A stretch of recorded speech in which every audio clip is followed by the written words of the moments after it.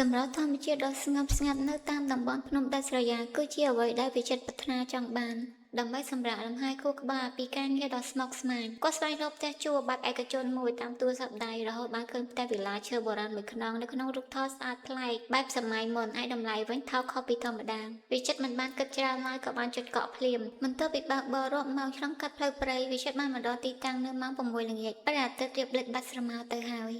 នៅទីនោះគ្មានមនុស្សរស់នៅទេហើយសេវាទូរស័ព្ទក៏ចាប់ផ្ដើមបាត់ឈឹងទៀតម្ចាស់ផ្ទះមិនបានមកទទួលគាត់ទេគឺគ្រាន់តែផ្ញើសារជាលេខកូដសម្ងាត់ទ្វារឲ្យមកគាត់ប៉ុណ្ណោះគ្រាន់តែវិចិត្របើកទ្វារនោះភ្លាមក្លិនផ្អួរភាចេញមកបុកច្រមុះគាត់យ៉ាងខ្លាំងក្លិនលាយឡំជាមួយនឹងឈើចាស់និងក្លិនក្រមួនលាបក្តារកាលពីសម័យបុរាណផ្ទះទាំងមូលស្ងាត់ជ្រងំរហូតដល់លឺសូរសំឡេងធូលីហោះតាមបង្អួចនៅកណ្ដាលផ្ទះមានវាំងននក្រណាត់ពណ៌សធ្លាក់យាចុះមកដល់ខាងក្រោម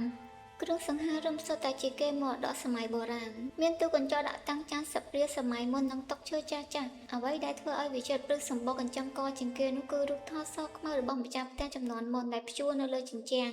ផ្នែកក្នុងរូបថតតាមសម្លឹងមើលវិចិត្រគ្រប់ចំហៀនម៉ោង12រំលងអាធ្រាត្រផ្គរលាន់ក្រហមភ្លៀងចាប់ផ្ដើមធ្លាក់បោកបក់យ៉ាងខ្លាំងស្រាប់តែភ្លើងអគ្គិសនីនៅក្នុងផ្ទះចាប់ផ្ដើមងងឹតសូន្យឈឹងវិចិត្រកំពុងតែដេកនៅលើគ្រែទាំងញ័រទៅត្រូវស្រាប់តែមានអារម្មណ៍ថាដូចជាមានមនុស្សទម្ងន់រាប់សិបគីឡូមកអង្គុយសង្កត់ពីលើចុងជើងរបស់គាត់នៅចុងគ្រែភ្លាមនោះសំឡេងក្តារឈើបន្លឺឡើងឌឹបឌឹប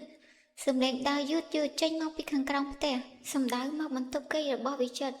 ភ័យណាស់ខំប្រឹងទាញធ្វើខ្ទប់មកភពសំឡេងទូបុរាណនៅចុងជើងស្រាប់តែបើកដោយខ្លួនឯងមិនចាំងពន្លឺពណ៌ខៀវព្រឿង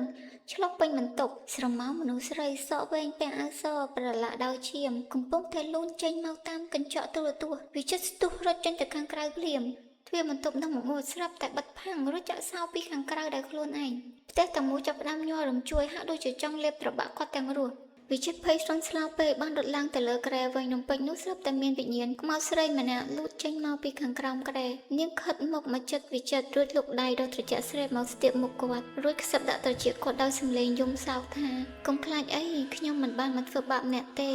ផ្ទះនេះត្រូវបណ្ដាសាសម័យបុរាណបើមិនរត់ចេញមុនម៉ោង2ទេព្រលឹងរបស់អ្នកនឹងត្រូវជាប់ឃុំទុកនៅទីនេះជារៀងរហូតលេខកូដសម្ងាត់ទ្វារគឺលេខ